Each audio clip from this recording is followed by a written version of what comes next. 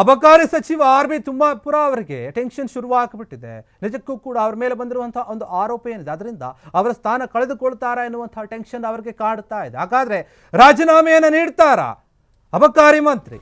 ಏನಾಗುತ್ತೆ? ಯಾಕಂದ್ರೆ ಈ ಹಿಂದೆ ನಾವು ನೋಡಿದ್ದೀವಿ ಒಬ್ಬ ಸಚಿವರು ರಾಜೀನಾಮೆ ಕೊಟ್ಟಿರೋದನ್ನು. ಹೀಗಾಗಿ ಅಬಕಾರಿ ಮಂತ್ರಿ ಆಗಿರುವಂತಹ ಆರ್.ಬಿ. ತಿಮ್ಮಾಪುರ ಅವರಿಗೆ ಈಗ ಟೆನ್ಷನ್ ಸಂಕಷ್ಟ ಶುರುವಾಗಿದೆ. ರಾಜೀನಾಮೆ ನೀಡ್ತಾರಾ ಎಣ್ಣೆ ಮಂತ್ರಿಗೆ ಸಂಕಷ್ಟ ತರ್ತಾ ಈ ಒಂದು ಅಬಕಾರಿಯ ಏನಿದು ಲಂಚದ ಅಕ್ರಮಗಳು ಅಬಕಾರಿ ಇಲಾಖೆಯಲ್ಲಿ ತಾಂಡವವಾಡ್ತಾ ಇದೆ. ಲಂಚಾವತಾರ ಅಲ್ಲಿನ ಅಧಿಕಾರಿಗಳು ತೆಗೆದುಕೊಳ್ತಾ ಇದ್ದಾರೆ ಲಂಚವನ್ನು.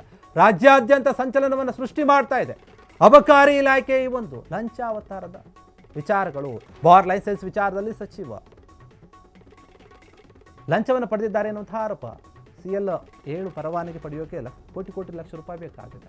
ಹೀಗಾಗಿ ಸ್ಪಷ್ಟನೆ ನೀಡುವಂಥ ಸೂಚನೆ ನೀಡಿದ್ದಾರೆ CM. ಏನಾಗ್ತಾ ಇದೆ ನಿಮ್ಮ ಇಲಾಖೆಯಲ್ಲಿ ಅಂತ ಹೇಳಿ ರಾಜ್ಯ ಸರ್ಕಾರದ ವಿರುದ್ಧ ಮುಗಿಬೀಳ್ತಾ ಇದ್ದಾರೆ ಬಿಜೆಪಿಯ ನಾಯಕರೆಲ್ಲರೂ ಕೂಡ. ಬಾರ್ ಲೈಸೆನ್ಸ್ ಲಂಚ ಆಟದಿಂದ ಸರ್ಕಾರಕ್ಕೆ ತೀವ್ರ ಮುಜುಗರ ಆಗ್ತಾ ಇದೆ. ಅಬಕಾರಿ ಮಂತ್ರಿ ರಾಜೀನಾಮೆಗೆ ಪಟ್ಟು ಹಿಡಿದು ಕೂತಿದ್ದಾರೆ ವಿಪಕ್ಷ ನಾಯಕರೆಲ್ಲರೂ ಕೂಡ. ಅಬಕಾರಿ ಮಂತ್ರಿಯಿಂದ ರಾಜೀನಾಮೆ ಏನಾದರೂ ಆಗುತ್ತಾ?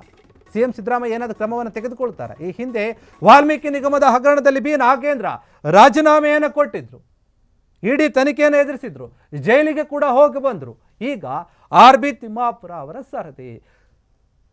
ಒಂದಾದ ನಂತರ ಒಂದು ಕಾಂಗ್ರೆಸ್ ಸರ್ಕಾರಕ್ಕೆ ಮುಜುಗರ ಆಗುವಂತಹ ವಿಚಾರಗಳು ರಾಜ್ಯದಲ್ಲಿ ನಡೀತಾ ಇದೆ. ಬರೀ ಲಂಚದ ವಿಚಾರವಾಗಿ ಅಲ್ಲ, ಬೇರೆ ಬೇರೆ ವಿಚಾರವಾಗಿಯೂ ಕೂಡ ಅಷ್ಟೇ.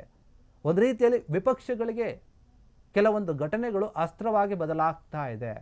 ಈ ಹಿಂದೆ ನಡೆದಂತಹ ಬಳ್ಳಾರಿಯ ಘಟನೆ ಆಗಿರ್ಬೋದು, ಅದಾದ ನಂತರ ಕಾಂಗ್ರೆಸ್ ಮುಖಂಡ KS ಅಧಿಕಾರಿಗೆ ಮಾತನಾಡಿದಂಥ ವಿಚಾರ ಆಗಿರಬಹುದು. ಈಗ ಅಬಕಾರಿ ಇಲಾಖೆಯಲ್ಲಿ ಲಂಚ ನಡೀತಾ ಇದೆ, ಕೋಟ್ಯಾಂತರ ರೂಪಾಯಿ ಲಂಚಗಳನ್ನು ಪಡಿತಾ ಇದ್ದಾರೆ ಎನ್ನುವಂತಹ ಆರೋಪ ಏನು ಕೇಳಿ ಬರ್ತಾ ಇದೆ, ಅದರ ವಿಚಾರವಾಗಿ ಆಗಿರಬಹುದು. ಹೀಗಾಗಿ ಆರ್.ಬಿ. ತಿಮ್ಮಾಪುರ ಏನಿದ್ದಾರೆ ಅವರಿಗೆ ಸಂಕಷ್ಟ ಎದುರಾಗುತ್ತಾ? ರಾಜೀನಾಮೆಯನ್ನು ಕೊಡ್ತಾರಾ? CM ಸಿದ್ದರಾಮಯ್ಯ ಅವರು ಏನಾದರೂ ಹೇಳ್ತಾರಾ? ಅವ್ರಿಗೆ ಅದೇ ವಿಚಾರವಾಗಿ ಟೆನ್ಷನ್ ಶುರುವಾಗ್ತಾ ಇದೆ. ಬಾರ್ ಲೈಸೆನ್ಸ್ಗಳನ್ನು ಪಡೆಯೋಕೆ ಇವರು ಕೋಟ್ಯಾಂತರ ರೂಪಾಯಿ ಲಂಚವನ್ನು ಬೇಡಿಕೆ ಇಟ್ಟಿದ್ರು. ಮತ್ತೆ ಒಬ್ಬ ಅಧಿಕಾರಿ ಏನಿದ್ದಾನೆ ಅಬಕಾರಿಯ ಒಂದು ಅಧಿಕಾರಿ, ಅವರು ಲಂಚವನ್ನು ಪಡೆಯಬೇಕಾದ್ರೆ ರೆಡ್ ಹ್ಯಾಂಡ್ ಆಗಿ ಸಿಗಬೇಕಿದ್ರು. ಅದು ಸರ್ಕಾರಕ್ಕೆ ತೀವ್ರ ಮುಜುಗರವನ್ನು ತಂದಿತ್ತು. ಇಲಾಖೆಯಲ್ಲಿ ಲಂಚ ಎಷ್ಟರ ಮಟ್ಟಿಗೆ ನಡೀತಾ ಇದೆ ಅನ್ನೋದು ಗೊತ್ತಾಗ್ತಾ ಇದೆ. ಬೇರೆ ಬೇರೆ ಇಲಾಖೆಯಲ್ಲೂ ಕೂಡ ಸಾಕಷ್ಟು ಇದೆ ಲಂಚವನ್ನು ಪಡೆದಿರುವಂತಹ ಪ್ರಕರಣಗಳು. ಈಗ ಅಬಕಾರಿ ಇಲಾಖೆಯಲ್ಲಿ ಕೂಡ ಈ ಒಂದು ಇಲಾಖೆ ಅಂದರೆ ಯಾವಾಗಲೂ ಕೂಡ ರಾಜ್ಯ ಸರ್ಕಾರಕ್ಕೆ ದುಡ್ಡನ್ನು ತಂದುಕೊಡುವಂತಹ ಒಂದು ಇಲಾಖೆ ಇದು. ಒಂದು ಬಾರ್ ಲೈಸೆನ್ಸನ್ನು ಪಡಿಬೇಕು ಅಂತಂದರೆ ಅದು ಸಾಮಾನ್ಯ ಅಲ್ಲ, ದೊಡ್ಡ ಮಟ್ಟದ ಒಂದು ದುಡ್ಡು ಕಟ್ಟಬೇಕು, ಅದರ ಜೊತೆಗೆ ಲಂಚವನ್ನು ಕೂಡ ಕೊಡಬೇಕು. ಯಾಕಂದರೆ ಒಂದು ಬಾರ್ ಮಾಡಿದರೆ ಅದು ಲಾಸೇ ಇಲ್ಲದಂತಹ ಒಂದು ವ್ಯಾಪಾರ, ಅದೆಲ್ಲರಿಗೂ ಗೊತ್ತಿರುವಂತಹ ವಿಚಾರ. ಹೀಗಾಗಿ ಅದಕ್ಕೆ ತುಂಬ ಬೇಡಿಕೆ ಇದೆ. ಅಷ್ಟು ಬೇಗ ಲೈಸೆನ್ಸು ಸಿಗಲ್ಲ.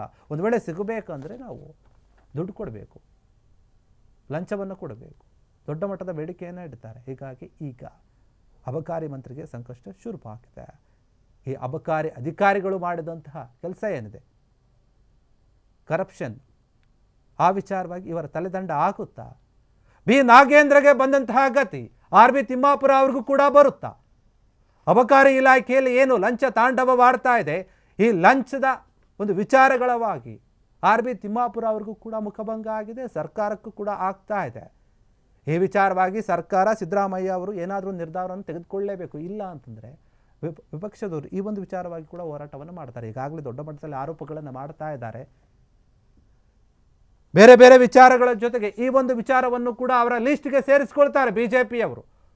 ಏನೇನು ವಿಚಾರಗಳನ್ನು ಇಟ್ಕೊಂಡು ನಾವು ಕಾಂಗ್ರೆಸ್ ವಿರುದ್ಧ ಮಾತನಾಡಬಹುದು, ವಾಗ್ದಾಳಿಯನ್ನು ನಡೆಸಬಹುದು, ಅವರ ಆಡಳಿತವನ್ನು ಟೀಕೆ ಮಾಡಬಹುದು, ಈ ರೀತಿಯಾಗಿ ಯೋಚನೆ ಮಾಡ್ತಾ ಇದ್ದಾರೆ ಬಿಜೆಪಿಯವರು. ಒಂದು ವೇಳೆ ಆರ್.ಬಿ. ತಿಮ್ಮಾಪುರ ಅವರನ್ನು ಇವರು ರಾಜೀನಾಮೆ ಕೊಡಿ ಅಂತ ಹೇಳಲಿಲ್ಲ ಅಂತಂದರೆ, ಹಾಗೆ ಮುಂದುವರಿಸಿದರೆ ಇದು ತೀವ್ರ ಸ್ವರೂಪವನ್ನು ಪಡೆದುಕೊಳ್ಳುತ್ತೆ. ಅಬಕಾರಿ ಇಲಾಖೆ ಅಧಿಕಾರಿಗಳು ಲಂಚವನ್ನು ತೆಗೆದುಕೊಂಡಿರೋದ್ರಿಂದ ಇಡೀ ಇಲಾಖೆಗೆ ಒಂದು ಕೆಟ್ಟ ಹೆಸರು, ಆ ಮಂತ್ರಿಗೆ ಕೂಡ ಅಷ್ಟೇ. ಬಾರ್ ಲೈಸೆನ್ಸ್ ವಿಚಾರದಲ್ಲಿ ಸಚಿವ ತಿಮ್ಮಾಪುರ ಪುತ್ರನ ಬಗ್ಗೆ ಪ್ರಸ್ತಾಪ ಆಗಿದೆ. ಅವರ ಪುತ್ರ ಕೋಟ್ಯಾಂತರ ರೂಪಾಯಿ ಮೌಲ್ಯದ ಭ್ರಷ್ಟಾಚಾರವನ್ನು ಮಾಡಿದ್ದಾರೆ, ಬೇಡಿಕೆಯನ್ನು ಇಟ್ಟಿದ್ದಾರೆ ಎನ್ನುವಂತಹ ಆರೋಪ ಕೇಳಿ ಬರ್ತಾ ಇದೆ. CL 7 ಪರವಾನಗಿ ನೀಡೋಕೆ ಲಂಚದ ಬೇಡಿಕೆ ಇಟ್ಟಿದ್ರು ಎನ್ನುವಂತಹ ಆರೋಪ ಕೇಳಿ ಬರ್ತಾ ಇದೆ. ಹೀಗಾಗಿ ಇದರ ಬಗ್ಗೆ ಸ್ಪಷ್ಟನೆ ನೀಡುವಂತೆ ಸೂಚನೆಯನ್ನು ಕೂಡ ಕೊಟ್ಟಿದ್ದಾರೆ CM ಸಿದ್ದರಾಮಯ್ಯ ಅವರು. ಏನು ನೀವು ಲಂಚ ತಗೊಂಡಿದ್ದೀರಂತೆ, ನಿಮ್ಮ ಇಲಾಖೆಯಲ್ಲಿ ಈ ರೀತಿಯಾಗಿ ನಡೀತಾ ಇದೆಯಂತೆ, ಲಂಚವನ್ನು ಕೇಳಿರೋದು ನಿಮ್ಮ ಮಗ ಅಂತ ಅಲ್ವಾ, ಇದ್ರ ಬಗ್ಗೆ ನೀವು ಸ್ಪಷ್ಟನೆಯನ್ನು ಕೊಡಿ ಸಚಿವರೇ ಅಂತ CM ಸಿದ್ದರಾಮಯ್ಯ ಅವರು ಅವರಿಗೆ ಹೇಳಿದ್ದಾರೆ, ಸೂಚನೆಯನ್ನು ಕೊಟ್ಟಿದ್ದಾರೆ. ರಾಜ್ಯ ಸರ್ಕಾರದ ವಿರುದ್ಧ ಈಗ BJP ನಾಯಕರು ಕೂಡ ಎಲ್ಲರೂ ಮಾತನಾಡ್ತಾ ಇದ್ದಾರೆ. ಏನು ಮಾಡ್ತಾ ಇದ್ದೀರಿ, ಏನು ಆಡಳಿತ ನಡೆಸ್ತಾ ಇದ್ದಾರೆ, ಬರೀ ಭ್ರಷ್ಟಾಚಾರದಿಂದ ತುಂಬ ಹೋಗ್ತಾ ಇದೆ ನಿಮ್ಮ ಸರ್ಕಾರದ ಆಡಳಿತ, ಕೋಮು ಗಲಭೆಗಳಿಂದ ತುಂಬ ಹೋಗ್ತಾ ಇದೆ, ದ್ವೇಷದ ರಾಜಕಾರಣವನ್ನು ನಡೆಸ್ತಾ ಇದ್ದೀರಿ, ವಿರೋಧ ಪಕ್ಷದ ನಾಯಕರನ್ನು ಟಾರ್ಗೆಟ್ ಮಾಡ್ತಾ ಇದ್ದೀರಿ. ಇದೇನಾ ನಿಮ್ಮ ಸರ್ಕಾರದ ಆಡಳಿತ?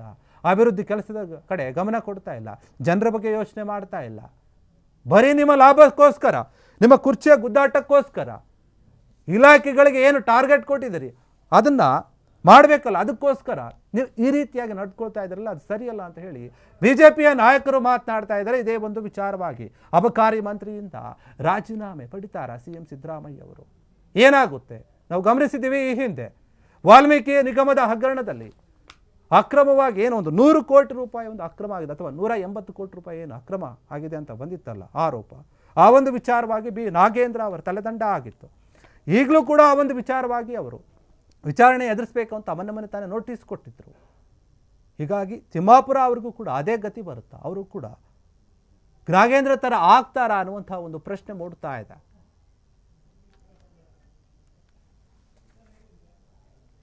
ಕ್ಷಣ ಕ್ಷಣದ ಸುದ್ದಿಗಳಿಗಾಗಿ ಫ್ರೀಡಂ ಟಿವಿ ಸಬ್ಸ್ಕ್ರೈಬ್ ಮಾಡಿ, ಲೈಕ್ ಮಾಡಿ ಹಾಗೂ ಫಾಲೋ ಮಾಡಿ. ಹೊಸ ಸುದ್ದಿಗಳ ನೋಟಿಫಿಕೇಶನ್ಗಾಗಿ ಬೆಲ್ ಐಕಾನ್ ಮೇಲೆ ಕ್ಲಿಕ್ ಮಾಡಿ.